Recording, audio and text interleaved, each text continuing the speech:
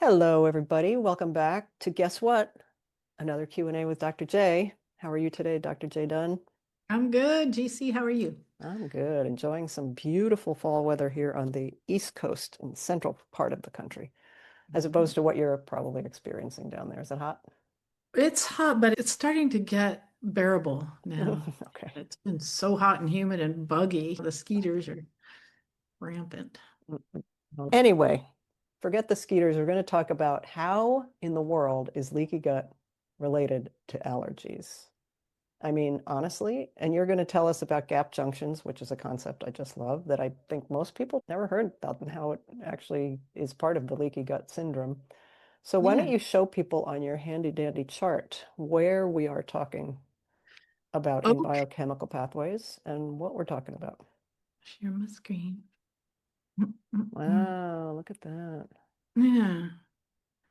Leaky gut. So this is normal tight junctions. These are intestinal cells that line all of your intestines here. And you can see that there's a gap here, and that is a broken gap junction. Also, you can see a broken cell, intestinal cell. And when we have a lack of a normal tight junction, then things can get into our bloodstream down here that should not be in our bloodstream. And so it is a problem. So there are certain things that can cause it. Up here you can see some things, but I want to talk about the genetic cause of this problem. And we're going to look at the handy dandy pathway chart. And if you look up on the left-hand side, you'll see a pathway up here. Let me just kind of circle around it there. This is the histamine pathway. Histidine is an amino acid, so it's in our proteins, right? And it's broken down into histamine by this histamine decarboxylase enzyme. And then that histamine is broken down by the histamine N-methyltransferase enzyme into N-methylhistamine and then further into some aldehydes down here. But histamine is actually many things. It stimulates hydrochloric acid. It's a neurotransmitter. It regulates sleep, hormonal secretion, memory formation, brain arousal, and acts as a vasodilator, increasing the diameter of your bloodstream in allergies and immune system response. There's more to the story than just, oh, it makes my face run. But high histamine levels increase something called zonulin. And you can see this zonulin is a protein that modulates the permeability of tight junctions between the cells of the wall of the digestive tract. It's been implicated in the pathogenesis of celiac disease, diabetes, etc. And so essentially, if histamine goes up, zonulin goes up, and then the gap junctions open. And again, when they're open, we get things into the bloodstream that should not be there. The body starts reacting to them and creating something called a food reaction, a food allergy. So if you've got whole proteins that aren't broken down correctly going into the bloodstream, the body's going to react to those as if they were foreign invaders, and it's going to create an immune response. The body's going to go, hey, what's going on here? Attack that because it doesn't look like something that should be in the bloodstream. So our immune system starts up an attack. And when it does, it releases more histamine, increases zonulin, increases gap junctions, and makes the leaky gut worse.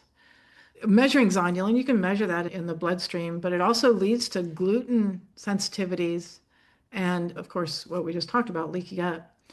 And so, how do we deal with that? If you have genetic variants in the HNMT or the DAO or the MAOB, it slows down your ability to get that histamine out of your system. And so you can be a lot more susceptible to gluten sensitivities here, but leaky gut and allergies of all kinds because there are different receptors for histamine.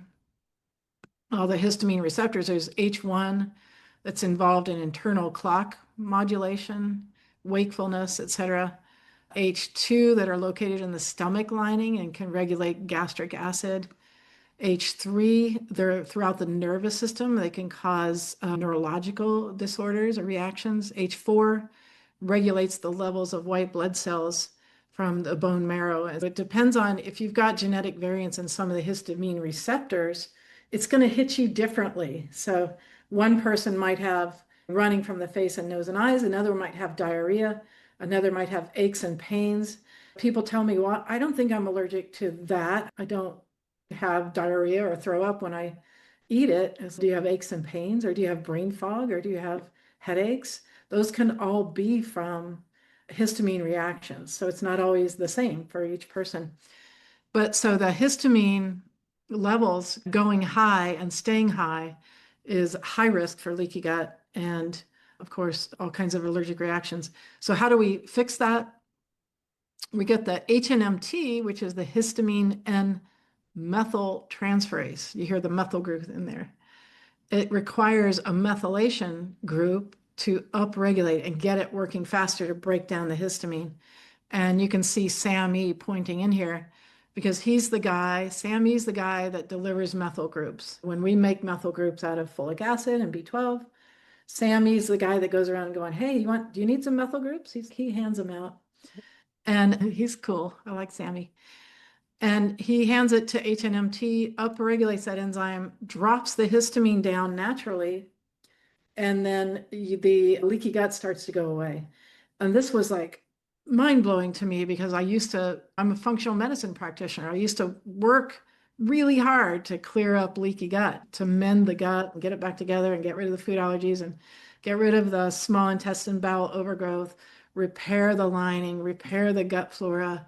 It was a big deal. It was a pain in the butt. And then it would come back, and I'm like, geez, we'd spent all that time doing this and getting it repaired and getting it fixed and checking the zonulin levels and checking the histamine levels. And it's like, it's right back where it was. Why is that happening? And that was one of the things that drove me to look at genetics. And if you've got a genetic variance here, then you are definitely going to be one of those people that struggles with leaky gut chronically.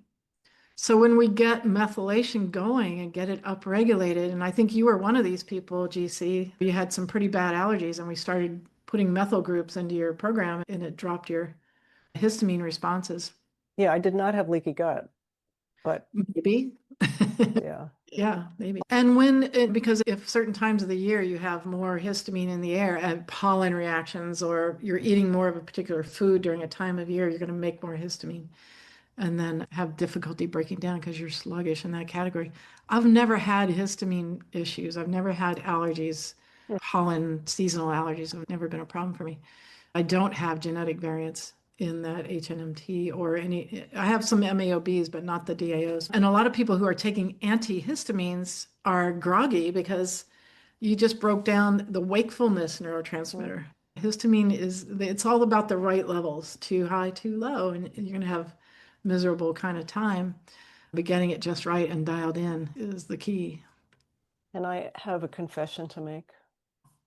Since it is tomato season here, and tomatoes are not generally my friend, and it's also fall pollen season here, I Well, have had a little bit more of an allergic response to my everyday to day, but you know what? The tomatoes make it all worth it.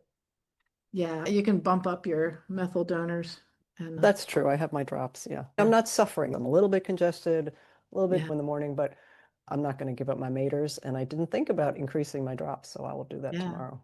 And that's the thing is I want to teach people to understand their own bodies. It's, oh wow, I'm having more allergies. What was it that fixed that? Oh yeah, it's the methyl groups. Take a little bit more.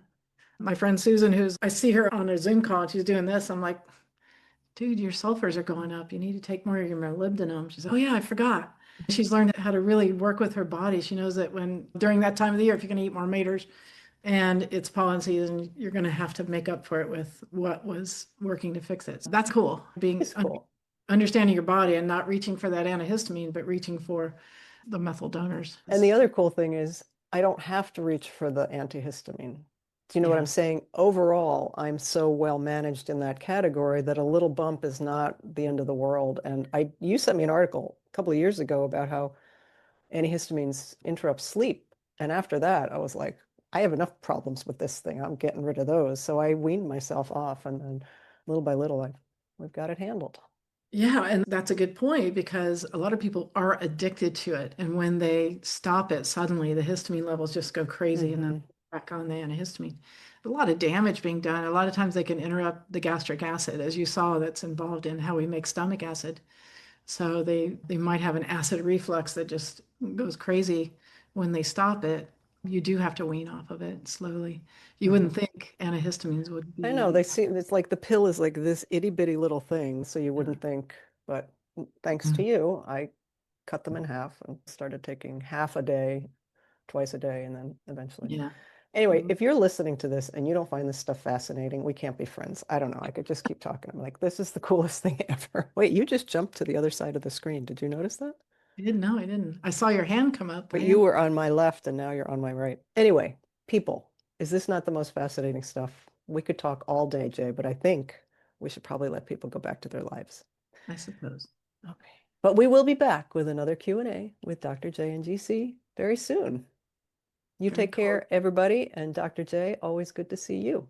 Yeah, one last thing. Oh, It really please. helps us if you could like and subscribe Mm. to our channel. We really want to get the word out there, and that really helps us big time. And share this with your friends if you would, and comment. That would be Yeah, very leave us helpful. comments, say nice things, Yeah, or ask a question, or yeah, or say or tell us what's going on in your life with your genes. yeah, or leaky gut. If you have leaky gut, put it in the comments. All right, everybody, we'll be back again with another Q&A with Dr. J. Be well till then. Bye, DC. Bye.